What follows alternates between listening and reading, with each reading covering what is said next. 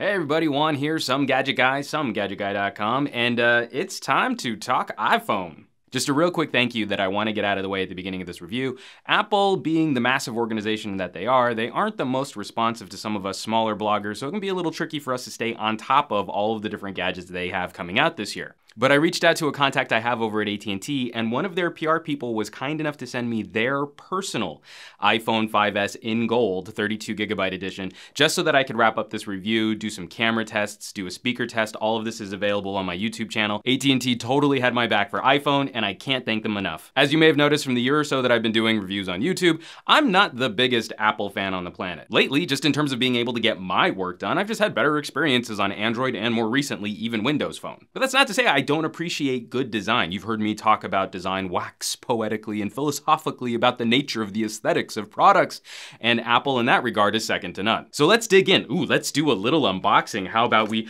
open this up and see what's inside the box? And there's paperwork and a cable and ooh, some earbuds that I'll never wear and this thing that doesn't. I don't do unboxings, people. We want to talk about the phone. All right, all you folks trying to keep up with the Kardashians, this is the iPhone 32GB in gold. It's a really pretty device. You cannot fault Apple's aesthetics and every little attention to detail moving throughout this entire device. It feels premium, it looks premium, and for as much as I've enjoyed handling more recent Android devices like HTC One, also made in aluminum, you just won't find that same attention to detail on any other device but an Apple device. And I've talked about how certain things bug me on the HTC One, like how the headphone jack feels a little unfinished, how it cuts into part of the edging on the side. But you don't find those same problems or those same issues on an iPhone. Even how the edges are slightly beveled coming across the side so it doesn't feel too hard. There's still sort of an organic taper happening at the edges of the device. It's very welcome and it's very appreciated because it keeps the rest of the technology landscape honest. You've got to stay on your toes when Apple's putting out gear this pretty. Let's really get into nitpickies here. The only structural defect that I could maybe possibly levy against the iPhone 5S is that the power button rattles. It's like my watch.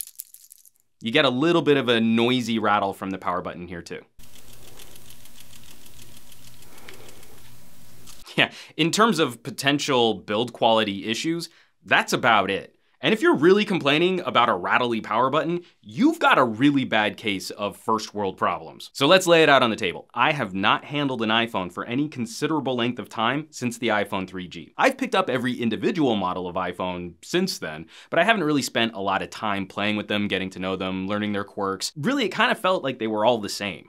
Even moving into the iPhone 5, the operating system, the software, it all felt very staid. It didn't really seem like it offered any new experience over previous iPhones or even the very first iPhone once we had the ability to load apps. Really, for the first time since this phone line launched with the original iPhone 2G, we have a slightly different experience than what the iPhone faithful have come to get acquainted with. And I really do think this flies in the face of this argument, this notion that the iPhone is somehow more intuitive. I don't believe anything is intuitive.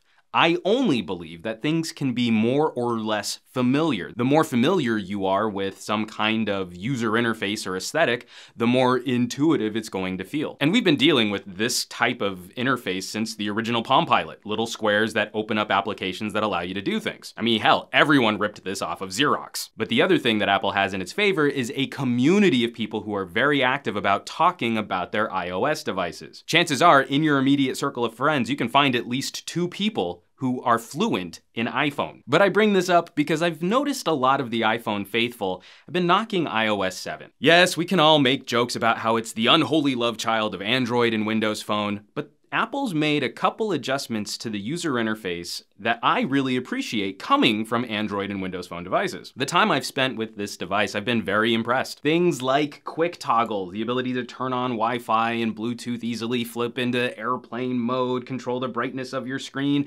This bottom panel is a welcome addition to the iOS ecosystem. We've just gotten ourselves so worked up over expectations that somehow Apple's gonna deliver a perfect device that's gonna be cutting edge and top of the line, and you won't ever have to relearn how to do something on your phone. These are mini computers, they're gonna get upgraded over time, and you're gonna have to be a little flexible as these things progress if we actually do want progress. Now, my soul dies a little bit every time I hear someone complain about where the search bar is. Well, you gotta do like a gesture to find it now, and it used to be just you would just slide to the side side. And that's like way different and hard to do now, because I used to just do this, but now I have to do that. And now it makes the phone unusable. You just can't use it. I just don't know what I'm doing. I mean, if you're really making complaints like that about the iPhone, please go back to using a Palm Treo and leave all the adults to continue getting our work done with our awesome tech. Because I mean, really, let's be honest. If you upgrade an iPhone 5 to iOS 7, the general user experience isn't gonna be radically different than what you get with iOS 7 on the iPhone 5S. But the iPhone 5S does have a few compelling hardware upgrades. Things like camera performance. Thanks to the A7 processor in this phone and the new camera module,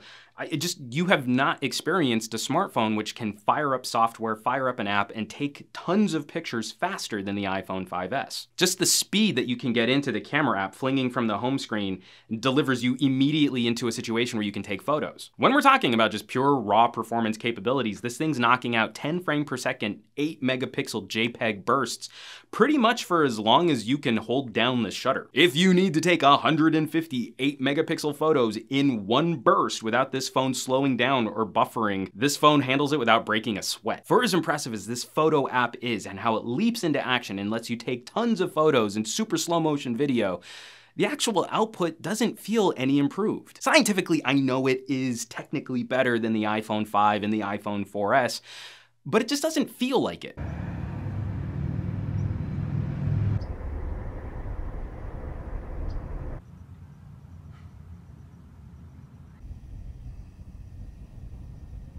I mean, all the good stuff's there. They're well-exposed pictures with lots of clarity and good color information, but they don't feel artistic. They don't feel good. They feel like they were snapshotty pics taken from a smartphone. And here's a quick sample of video from the front-facing camera on the iPhone 5S. You know, anymore, these are good enough, guys. It's a high-definition video stream, which is gonna be excellent for doing FaceTime, Google Plus Hangouts, Skype calls. Really no complaints. It's bright, it's crisp, it's colorful, I look like me, and the mics on the iPhone are decent enough where you'll be able to communicate with other people. All around, just a really solid video calling, conferencing experience. And for those of you people who absolutely need to do your selfies with the screen in front of you to make sure that you've got the right selfie setup, that the right selfie composition is there, you know, this camera is gonna do you just fine. For example, here's my best duck face. Touch ID is a welcome addition to this type of a phone. The idea that we're starting to try and incorporate biometric security could be really compelling. Now, obviously, I've written about this on the blog that Touch ID isn't necessarily going to be a good solution for, say, high-level government or high-level corporate work. We've already found ways of cracking into this just using basic and very simple tools like glue and putty. But for those of you who are looking for a solution better than a 4-digit PIN, Touch ID actually does afford you a little bit more protection and a little bit more peace of mind. And the fact that this is the smoothest implementation of biometric security I've ever seen on a mobile device, I gotta give Apple a thumbs up for that. I mean, even just unlocking your phone by pressing the home button is a surprisingly smooth experience. And again, we've got a bunch of haters out there who are complaining about that little bit of a lag, that the image sensor has to take a second to scan your thumbprint to make sure that it's you before unlocking the phone. I mean, I just don't even know what to say to people like that. I mean, how idiotic do you have to be to complain about a half-second or a quarter-second delay as something as sophisticated as a smartphone is scanning the image information off of your thumb to then compare it to stored image files of your fingerprints to make sure that you are you before unlocking the device. Plus, it's also just faster than a 4-digit PIN, so get over yourself. And then the rest of the phone experience is just very good. The speaker on the bottom is very good. It's in fact even just a little bit louder than the speakers on the HTC One, though obviously those have a much nicer sound quality to them than this bottom experience here on the iPhone. Music off the headphone jack, also very good. The earpiece for making phone calls is very good. And I was happy to be using the iPhone on AT&T as it's the only carrier which supports calling and surfing at the same time. The screen, for the most part, it's good. It does bug me in my brain knowing that this is not an HD display, that it's not even 720p. I mean, that really does bother me, even though it doesn't really impact phone performance at all, but that it's the year 2013 and Apple still hasn't gotten on board a proper HD display for their phones. And to go along with that technology discussion, I have always been consistently impressed with the battery life on the iPhone, knowing that it only has a 1400 milliamp hour battery cell in here, and knowing that it can go toe to toe with Androids and Windows phones, which have way more battery capacity on board. It's consistently been an amazing exercise in software-hardware integration. And yet another area where we should applaud Apple for continuing to stay at the forefront of that kind of runtime technology. So yeah, spending all this time with the phone, it's been a pretty positive experience. So Juan, does that mean you'll be switching off of Android and or Windows Phone to finally get on the right team and start using some Apple devices? Oh, pump your brakes there.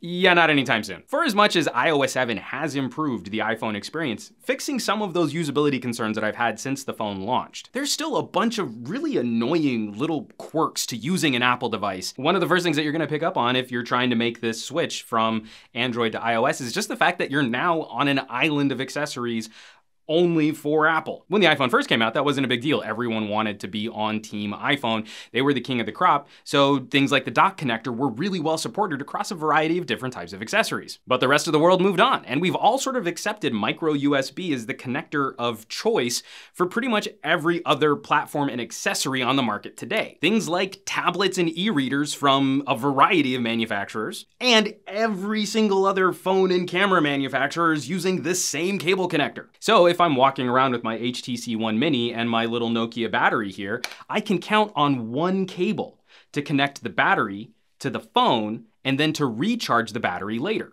To use this same battery with an iPhone means that I have to walk around with a Lightning connector cable and a micro USB connector to keep this charged and to allow this to charge this. That is a cumbersome solution to have a universal battery charging option for something like an iPhone. Which means now, if you want an easier way to extend the runtime of your iPhone 5S, you're probably looking at some sort of dedicated case. And if you buy one now, that means the case is probably not gonna be compatible with the iPhone 6 later, so you'll have to look at another battery case solution when that comes out. It doesn't make me happy when even somewhat expensive accessories can be made obsolete on a yearly basis. And why do we still not have NFC on the iPhone? Apple's missing out on a value opportunity to brand a raw technology here. We shouldn't be talking about near-field communications. That's geeky, nerdy stuff that no one really knows what it means or what it does or how to use it. We should be talking about NFC-enabled passbook, the ability to tap and share information, the ability to tap and connect to peripherals and devices and accessories. That's how things work in an it just works ecosystem. And don't tell me it's because of the metal casing.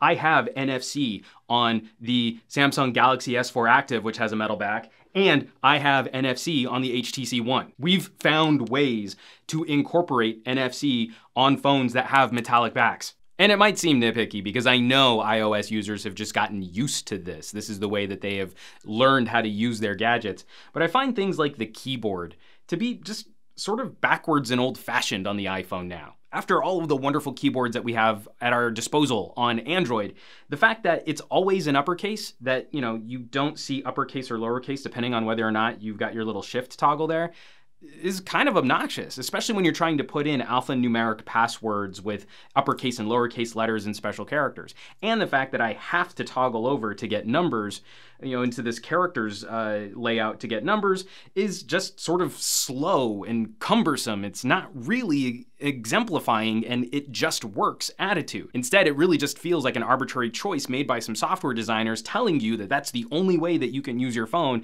and not giving you the option to change it at all. I mean, come on, it's 2013. You should be able to long press on one letter to be able to get a number from the stock keyboard. That seems like a no-brainer. But lastly, the cardinal sin and why I cannot use iOS as my daily driver is file management. It's still incredibly painful to move files onto and off of an iPhone compared to an Android device. I mean, for as much as I love Windows Phone, it is this kind of file management which prevents me from using Apple or Microsoft products as my daily driver. I have to use Android because I want to control the files on my device. Sure, you can make the argument, well, people shouldn't have to, and it's just the ease of use and can get yourself into trouble with malware and brr, brr, brr, brr, brr. But it's like that quote that's always attributed to Mark Twain, which he never actually said, and it's like censorship is telling me I can't eat a steak because babies can't chew it. If you have problems messing stuff up on your phone, that's your deal, and it shouldn't hamper my ability to use technology. And that's also sort of summing up Apple's ecosystem in a nutshell. It's draconian control over things like music and video files and documents and pictures, not allowing me to do what I want to with them. I cannot even attach an MP3 to an email without doing something crazy like jailbreaking or jumping through a bunch of other solutions like Dropbox to get the job done. And I really didn't want to have to load iTunes onto my computer just to move files back and forth off of a device, which is one of the most powerful computing platforms in the world. I should be able to do what I want with the content and media that I own. And that to me is just unforgivable. For as much as I cherish Apple's industrial design, how gorgeous this piece of technology is. And for as much as I like improvements like speed and the fluidity of the camera app and how the UI really is smoother than anything else we can experience on Android land right now, I just can't give up control. It just feels so backwards when I open up a photo and I can only share it with a couple apps. If I shoot a video from my phone and I can't just tap and share it with another device, I have to plug it into a proper computer and then move it over and then send it somewhere else. I'll have to download it from some other device, which is gonna take longer than any kind of direct file transfer. I was all set to be really cynical about this phone, but having spent a little time with it, it really does cement in my brain that the better upgrade path is the S line. Upgrading every year is just kind of foolish. The iPhone doesn't change enough from year to year to warrant that kind of yearly upgrade. But if you're going every other year, it really does behoove you to try and get on the S cycle. The devices are more powerful, they've had more time to work the kinks out of the manufacturing, bugs are squashed in the software. It just really does seem like that's where you get a better bang for buck if you're upgrading every other year. This is the best experience I've ever had using an Apple product. And for those of you Apple faithful out there, those of you really looking at shopping an iPhone, I really think you're gonna like this phone. But for the rest of us, if you were on an Android device or a Windows phone and you were thinking about moving over to an Apple, I don't know. I don't know what to tell you. You might like it, you might hate it. It just really depends on what you do with your phone and what features you value. And I wish I could leave this review off with better advice than that. But unfortunately, it just kind of comes down to those personal preferences and what you value from your technology. As always, folks, thanks for watching. Definitely check out my other videos. We've got camera tests on this. We've got a speaker test. Definitely want to check this out, especially for those of you who are curious about the multimedia functions on the iPhone. You can just search my channel. They're all right there listed for you. And now I have to put the box back together and get this in the mail so I can return it to my AT&T PR rep, make sure she can get back to using her phone because I took it from her. And on that note, I'll catch you all on the next review.